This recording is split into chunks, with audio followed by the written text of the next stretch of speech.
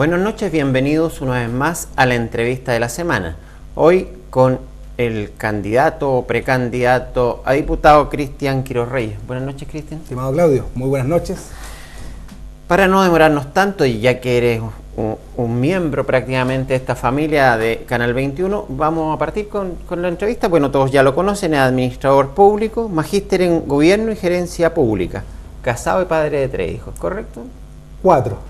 4 ya. Tuvimos un conchito hace 1 año y 5 meses. Mira, me quedé desactualizado yo. Sí. Ya. Y creo que esta vez sí ya es el último. Ahí cerran la Ahí fábrica. deberíamos cerrar. Ya. Con 4 hijos. En este minuto, miembro del Partido País, que el CERVEL lo ratificó hace unos días atrás. Así es.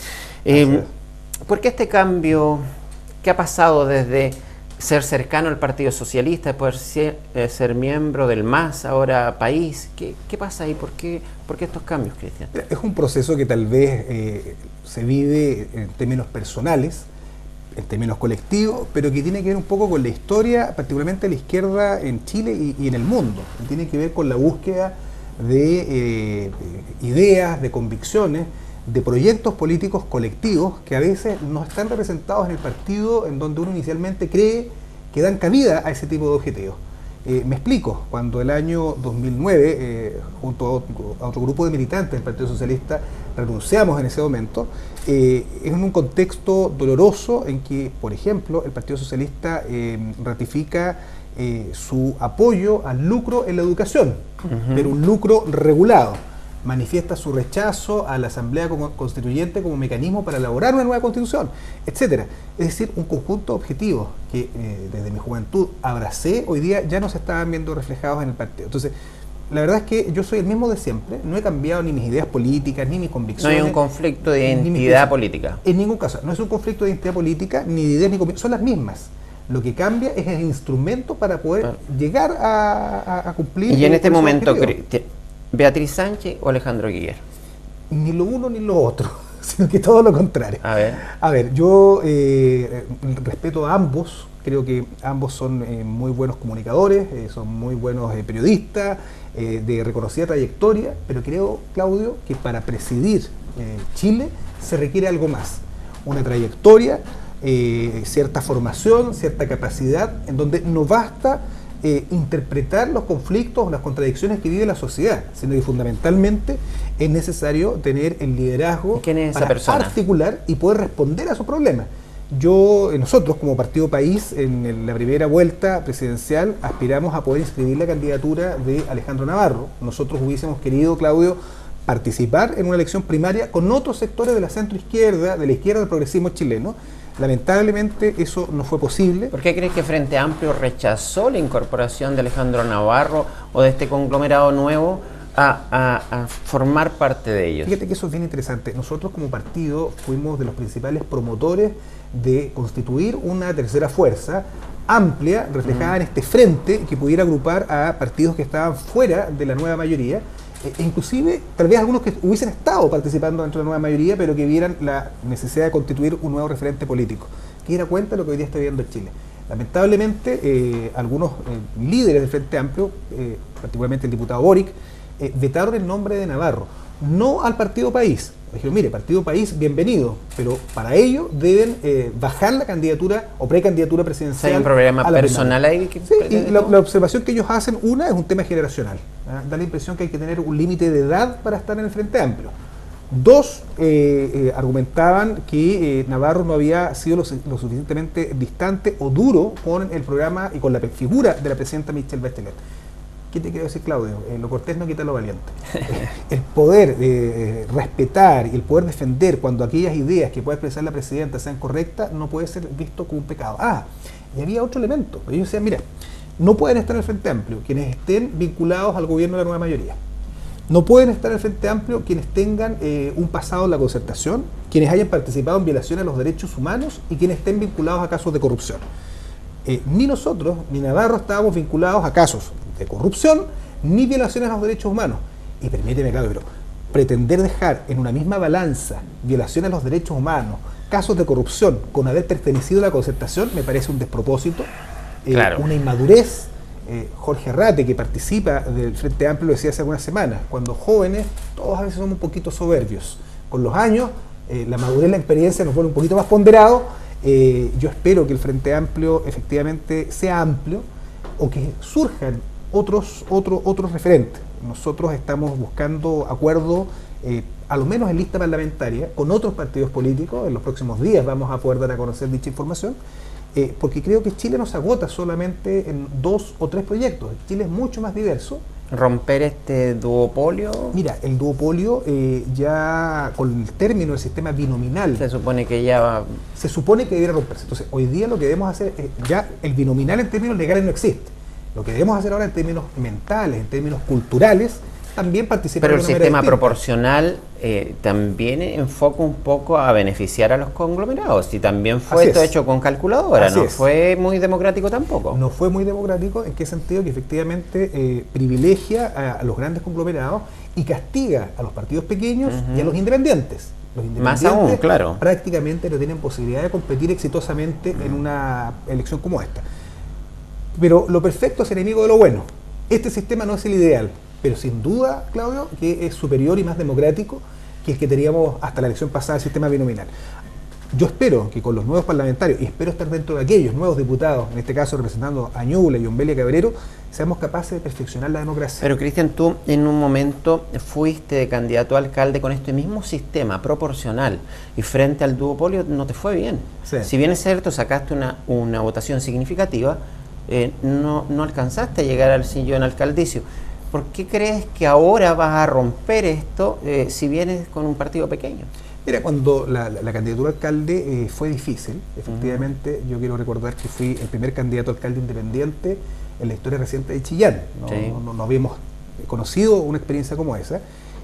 Una campaña 100% ciudadana, con muchos voluntarios, sin recursos, en donde lo que gastamos en la campaña no fue más allá de 10 millones de pesos, de ese orden, sin ningún aporte reservado, enfrentando a 2 candidatos que en ese momento representaban a importantes conglomerados, ambos con aportes reservados, que hasta hoy día no sabemos quién los entregó, ni con qué fin, ni qué pidieron a cambio, y era muy difícil, además en un contexto binominal, en donde aún existía la idea que la única forma de derrotar a la derecha era a través de la entonces concertación. Claro. Entonces el contexto... Pero era proporcional, cultural, sí. Sí, pero la elección de alcalde es distinto. Gana el que tiene un voto más. Sí. ¿No? Gana el que ni siquiera existe la segunda vuelta. Fíjate que al año siguiente, eso fue el año 2012, al año siguiente, como candidato a consejero regional, obtengo la primera mayoría en la provincia de Ñuble, la primera mayoría en Chillán, y en donde solo en Chillán aumentó la votación de 9.000 a 12.000 votos. Creció bastante. En cuestión de meses. Por tanto, Eso te da buena expectativa, dices tú, para... Me da una muy buena expectativa, porque creo que además la elección parlamentaria es una elección más política, en donde, si bien es cierto, en las comunas de Ñuble, de Ombelia y de Cabrero, tiene un fuerte componente personal de confianza, de cariño, de estima, de respeto hacia la persona, la elección parlamentaria sigue siendo más política. Y aquí lo que está en juego es un proyecto de sociedad. Cuestionamiento al sistema previsional, a qué sistema previsional aspiramos, en materia de el acceso al agua, la nueva constitución, entonces, la infancia vulnerada. Es decir, hay un conjunto de temas más bien políticos. Vámonos al área pequeña o al área chica, con temas más país, porque si llegas a la Cámara de Diputados vas a tener que ver temas país. Así es. Y hay un tema que está desgraciadamente muy en la palestra en este minuto, que es el informe de la comisión del Sename 2. Más de un año, casi un año y medio de investigación, de trabajo, de análisis de esta comisión, donde, por ejemplo, la diputada Vallejos pide y exige que vaya el nombre de Javiera Blanco incluido, pero al momento de votar, la nueva mayoría y el Frente Amplio votan en bloque en contra, lo cual, independiente del nombre de esta exministra, tira por la borda todo el trabajo hecho, queda en foja cero. Si bien es cierto, este informe no es vinculante, daba un quehacer bastante importante al gobierno y al Estado de Chile por las atrocidades que se han cometido. ¿Cuál es tu opinión sobre eso? Lo primero, solidarizar con los niños, con las niñas, con las familias de ellos que han tenido la desfortuna de quedar en las manos irresponsables del Sename. cuando hablamos de más de 1.300 niños y niñas que han fallecido en condiciones denigrantes, inhumanas, con falta de atención, con falta de servicio, no queda otra cosa que conmovernos e indignarnos. Yo siento, y lo he dicho en otras ocasiones, pero creo que el caso Sename lo grafica de manera súper clara. Estamos tal vez en presencia del peor congreso en muchos años en Chile, en la peor calidad de los parlamentarios. O sea, yo te digo, de verdad, con los derechos de los niños no se juega, no se puede pretender obtener un dividendo político con los niños. ¿Qué hubieras hecho tú hoy en esa votación? Mira, yo siento que hoy día, tanto, por un lado, la derecha ha sido muy oportunista en orden a intentar no fijar el foco en los niños y las niñas del Sename, sino que en la responsabilidad política de Javiera Blanco. Y por otro lado, la nueva mayoría del Frente Amplio no han puesto el foco de atención en los niños y en las niñas, sino que en defender a Javiera Blanco. Entonces, yo francamente habría votado favorable al informe. Yo creo que aquí hay una responsabilidad inexcusable de los ministros de justicia en los últimos 20 años, caiga quien caiga. O sea, cuando uno asume una responsabilidad pública, y quiero recordar, mientras fui concejal, mientras fui consejero regional, en múltiples ocasiones asumí posturas bastante críticas, pero absolutamente serias y transparentes en materia de fiscalización. Nunca me he temblado la mano para fiscalizar, y no me pierdo que si llego a ser diputado voy a ser representante de la ciudadanía y no de una ministra o de un gobierno. Por tanto, yo espero que este tema no quede cerrado acá y que en el nuevo Parlamento seamos capaces de se haga cargo del tema. Si es necesario, abrir una comisión Sename 3 y poder plantearlo. Yo quiero señalar que ya en el año 2012 el senador Alejandro Navarro emplazaba y entregaba información respecto de lo que estaba sucediendo producto de fiscalizaciones en el Sename. Pasan los años, acumulamos diagnósticos y quienes deben tomar las decisiones lo hacen. Yo creo que acá hay responsabilidades políticas, responsabilidades penales, responsabilidades administrativas, pero lo que no puede seguir pasando es que tengamos niños recluidos cuya peor suerte sea estar en el Sename. ¿Hay violación de los derechos humanos a los niños? Hay un conjunto de informes y reportes internacionales que acreditan que en Chile se han vulnerado los derechos humanos de estos niños y estas niñas. Yo quiero recordar que cuando Chile suscribe el Convenio Internacional de los Derechos del Niño, también debió haber incorporado un conjunto de políticas, de institucionalidad y de normativas. No lo hemos hecho. ¿Qué opinión? Nos basta confirmar un convenio internacional o adherir a una declaración si en los hechos, si en la práctica no vamos a implementarlo y no vamos a garantizar los derechos.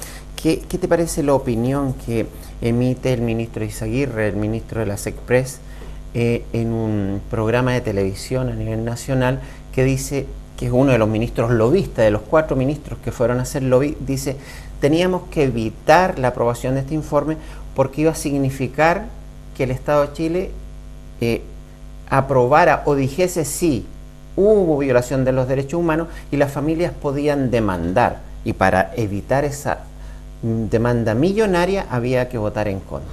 ¿Crees valedero ese argumento? Yo lo encuentro de verdad patético. Es decir, no podemos tener un doble estándar. Cuando estamos en dictadura rechazamos las violaciones a los derechos humanos y rasgamos vestiduras. Pero cuando estamos en democracia y en Chile han existido violaciones a los derechos humanos de acuerdo a comisionados de Naciones Unidas en materia de infancia vulnerada, caso Sename, y en materia del pueblo mapuche. Y en ambos casos hemos hecho lo imposible como Estado por tapar el sol con un dedo. Yo creo que aquí debemos actuar con la suficiente responsabilidad, y quiero recordar además en el accionar del ministro que en Chile en buena hora existe separación de los poderes del Estado. Por tanto, el Ejecutivo no puede pretender instalar un quehacer distinto, un mecanismo distinto de toma de decisiones del Legislativo. Pero además yo apelo aquí en la conciencia a la responsabilidad y la autonomía de los parlamentarios. Yo no voy a permitir que un ministro de Estado condicione el voto que pueda tener mañana en defensa de los derechos humanos, en defensa de los derechos ciudadanos, en definitiva, en representación de la ciudadanía. Al gobierno se le ha acusado, sobre todo este último año, de tener una vorágine legislativa. No solamente de sectores de la derecha y oposición, sino que de la misma nueva mayoría, que dicen que hay muchos temas ideológicos que no están dentro de las prioridades del país, que quiere meter a toda costa antes que se vaya el gobierno. Entre eso, la ley que se acaba de aprobar este jueves recién pasado de aborto, que pasó casi entre gallos y medianoche. ¿Cuál es tu opinión al respecto? Vale, que el gobierno busque acelerar las iniciativas legislativas a mí me parece bien. ¿En qué sentido? Que la presidenta Bachelet, mientras era candidata, suscribió un conjunto de compromisos, de promesas de campaña que se expresan en un programa de gobierno, que fue votada por la mayoría de quienes participaron en esa elección. Pero acelerar esto y no en base a otras cosas ahora, que son más urgentes. A eso voy. Ahora, la prioridad legislativa de nuestro país la determina el Ejecutivo, el Presidente de la República. Y los parlamentarios tienen la posibilidad de aprobar o no ciertas mociones, pero el nivel de urgencia y la agenda legislativa la fija, en este caso, la Presidenta de la República. ¿Cuál es la forma, cuáles son los temas, los prioriza la sociedad a través del programa de gobierno que vota en cada elección?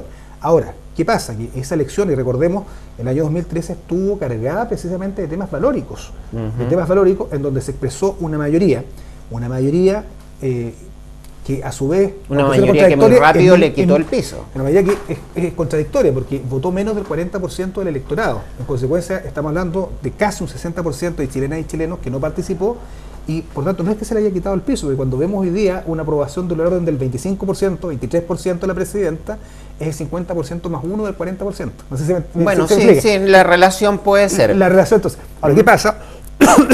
Perdón, ¿qué pasa con esto? Que siendo temas valóricos, contradictorios, que dan cuenta de profundos conflictos en la sociedad, creo que no basta con remitirnos solamente a lo expresado electoralmente. Porque la expresión electoral es una parte de la realidad, pero hay un conjunto de visiones que no se expresaron por diversas razones. Por credibilidad, por qué sé yo, por falta de legitimidad, no sé, gente que no votó. ¿A favor del aborto libre o no? No, estoy en contra del aborto libre. Yo participo de la idea de la interrupción del embarazo en 3 causales. ¿En las 3? En las 3 causales. Tenía mis dudas, debo reconocerlo, Claudio, mis dudas particularmente en materia del protocolo que se establecía en los casos de violación. Y lo digo porque decía, bueno, ante la violación existe ya la anticoncepción de emergencia, la píldora del día después, que hace algunos años en Chile también generó un debate respecto de su uso en casos de la violación. Y por tanto, si teníamos esa herramienta para las mujeres que son violentadas sexualmente, ¿por qué esto otro? Conocí aquí mismo en Ñuble dolorosos testimonios de mujeres violadas. Muchas de ellas no no hacen la denuncia a tiempo por un conjunto de razones de la frialdad y la crueldad que tiene el sistema público muchas veces para tratar este tipo de situaciones. Y tras entrevistarme con quienes son las principales decidoras en este tema, creo que no queda otro camino que respetar la opinión de mujeres, insisto, en estas 3 causales. Abierto al otro debate, nunca me voy a cerrar a discutir y a escuchar argumentos a favor o en contra de una otra opinión. ¿Tú estás consciente que ahora lo que se aprobó es un aborto libre encubierto? Porque como se aprobó, la mujer puede decir, fui violada, y no presentar testigos y no hacerlo frente a un policía, no frente a un carabinero, quiero decir. Entonces puede decirle al doctor, fui violada y listo. Eso es un aborto encubierto libre. Técnicamente eso puede llegar a pasar, por cierto, pero en términos reales yo dificulto que una mujer, con lo que significa vivir una violación, monte la idea de que fue violada para justificar un embarazo. Pero pudiese darse. Es más, yo me atrevería a decir, claro, que aunque se diese, hoy día en Chile, hoy día en Ñuble existen abortos. Hay profesionales y no profesionales que practican abortos, pero en condiciones muy poco sanitarias, con dificultad y con riesgo para la madre. Es decir, lo que estamos haciendo hoy día, o lo que se va a hacer hoy día, va a poder establecer un marco regulatorio, conocer la estadística real y poder salvaguardar derechos de la mujer en las condiciones, e inclusive la consejería y el acompañamiento previo. La alternativa de prohibirlo como existía hasta hoy día, quedó demostrado, Claudio, que no era efectiva. Existen abortos encubiertos y que están afectando a la sociedad. Por tanto, yo no creo que vayan a aumentar los abortos con esta lógica. Por el contrario, yo esperaría que la causal de violación no existiera. Fíjate qué curioso que terminamos castigando a la mujer que toma la decisión, al feto que lleva adentro, y muchas veces el violador queda... O al ser humano que lleva adentro, si tú quieres. Pero a quien practicó ese delito horroroso no lo tocamos. Claro. Entonces hay un tema de sociedad también que, insisto, debemos discutir, y ojalá, yo estoy seguro que nunca una mujer quiere practicarse un aborto. Seguimos los temas valóricos. ¿Bus de la libertad o el bus de la igualdad? Bus del respeto. Yo te digo, de verdad, a mí me parece increíble. Conversaba con mis hijos hace unos días atrás, cómo en una semana en que vivimos la situación del Sename, conversábamos recién, y otros temas tan relevantes, centremos la discusión pública, política, en los mensajes de 2 buses. Yo de verdad que creo que en el caso del bus de la libertad tiene todo el derecho a expresar las ideas que quiera. ¿Tú crees que como la ministra Narváez o como la presidenta o el intendente Orrego, que es el bus de la intolerancia, que la autoridad, la máxima autoridad política se refiere así a una tendencia o a una creencia? Mira, yo creo que en un Estado de Derecho como el nuestro, todos los grupos sociales tienen derecho a expresarse, siempre que esta expresión no implique odio, discriminación, maltrato a terceros. Bajo esa lógica, creo que tanto los grupos a favor de diferentes movimientos de diversidad sexual o quienes están en contra, tienen derecho a expresarse en este marco de respeto y de tolerancia a lo que crean o piensen los otros. Lo que sí debo señalar que de este bus me generaba cierta contradicción claramente son aquellos mensajes directos hacia niñas y niños, como por ejemplo este mensaje de los niños tienen pene y las niñas tienen vulva. Cosa que no llegó a Chile con eso fue en España, que en Chile no han dado ese mensaje. Lo que quiero decir, Claudio, que ese tipo de mensajes para niños me parece que violenta, particularmente para niños que tienen... violenta más que decirle al niño que niños tragar semen tiene mucha proteína, por ejemplo, como lo hacía una alcaldesa de Santiago. Claro, yo creo que eso es un tema también de mal gusto, es un tema que no corresponde, evidentemente, y por eso hay que exagerar la nota. En ambos casos me parece no poner el acento en un tema real que existe en nuestra sociedad. Lo real es que existen niños que nacen en cuerpo de mujeres y hay niñas que nacen en cuerpo de hombres. Y hoy día, como sociedad, no nos hemos hecho cargo de esa realidad de integrarles, de respetarles, o sea, tú de estás acompañarles. Pro la ideología de género. Yo no sé si es ideología de género o no, yo tengo una convicción profundamente humanista en orden a respetar a todas las personas por el hecho de ser humano, sin importar su condición sexual, religiosa, política, étnica, económica. El hecho de ser humano, creo, en mi opinión, que tiene un derecho esencial a vivir en esta sociedad en donde no pueden primar grupos por mayoritarios que sean, porque cuando en las sociedades hemos tenido ese tipo de visión, Claudio, han sido catastróficas. Me refiero al nazismo, al fascismo, al Ku Klux Klan y otros, que han intentado en un momento determinado una visión totalitaria de la sociedad. La sociedad es diversa y todos debemos tener ese espacio. ¿Te parecería bien entonces que ese bebé que tienes cuando vaya a sus primeros días de colegio le digan no hay que hablar de heterosexualidad porque eso es discriminación, tú puedes ser hombre o niña según tú quieras? No, yo creo que eso no es el tema de fondo, no es una decisión consciente. Yo soy hombre. Pero a lo que se postula, lo que se quiere ir es que, sobre todo en los colegios públicos, el Ministerio de Educación haga este tipo de adoctrinamiento. Sí. Mira, yo lo que insisto, yo soy hombre y yo no decidí ser hombre, yo nací hombre. Y en mi caso se condicen el conjunto de elementos biológicos, químicos, orgánicos, etcétera, que me dan la condición de hombre. No es un tema que nadie decide. Las niñas y niños trans no deciden ser trans. Simplemente es una expresión que se da biológicamente. ¿Tú estás consciente, por tanto, lo que no podemos hacer es tratar de forzar, que es lo que hemos hecho hasta hoy día, tratando, insisto, de tapar una realidad que existe, pero tratar de torcerla con instrumentos legales. Las leyes deben orientarse más bien a proteger derechos, a generar la igualdad. Aunque esto equidad. signifique obligar a una gran mayoría de la población a que sus hijos sean adoctrinados. No, yo no soy partidario del adoctrinamiento, menos de parte del Estado. Creo que en materia de formación valórica no son los colegios, ojo, ni siquiera las iglesias. Creo que el primer rol es de la familia. De los padres. De los padres, de la familia. A lo que viene este bus. Pero existen diferentes tipos de familias y de eso también debemos ser capaces. Cuando se habla del derecho al padre y a la madre, yo puedo decir, bueno, acá mismo, en Ñuble, ¿cuántos casos tenemos de abuelos que crían a sus hijos y a sus hijas? Hay muchos tipos de familia. Muchos tipos de familia y debemos ser capaces de respetar a los tipos de familia. Cristian, se nos fue el tiempo y nos quedan un sinnúmero de temas, pero antes que se nos vaya el tiempo, no podemos dejar de hablar. Me van a tener que invitar otro día entonces. De todas maneras, de lo que pasó este miércoles recién pasado, que por fin hemos sido declarados Ñuble Región. Tú estuviste ya, cuéntanos esa experiencia en un minuto, que ya se nos fue el tiempo. Mira, felices, creo que ha sido una jornada de más de 20 años esperando el poder tener esta autonomía político-administrativa, financiera, presupuestaria, que da cuenta de nuestra identidad, de nuestra historia, pero que además, Claudio, nos abre un tremendo desafío por delante, porque lo que viene hoy día es ser capaces en unos años más de decir, bueno, fue una buena o una mala decisión el haber sido regiones. ¿Qué indicador nos va a señalar si fue buena o mala decisión? Si efectivamente mejoramos la vida de Ñuble. Yo estoy convencido que Ñuble Región va a significar más inversión pública, que eso significa fomentar más inversión privada y por tanto más alternativas de desarrollo, de progreso, de empleo, en definitiva hacernos cargo de nuestro destino. Así que muy contentos, conversábamos hace algunos días cuánto tiempo llevaba este tema y fíjate que tengo un recorte de prensa que guardaba mi madre del 19 de abril del año 1997. Más de 20 años donde un joven Cristian Quiroz escribía Ñuble, la región que queremos.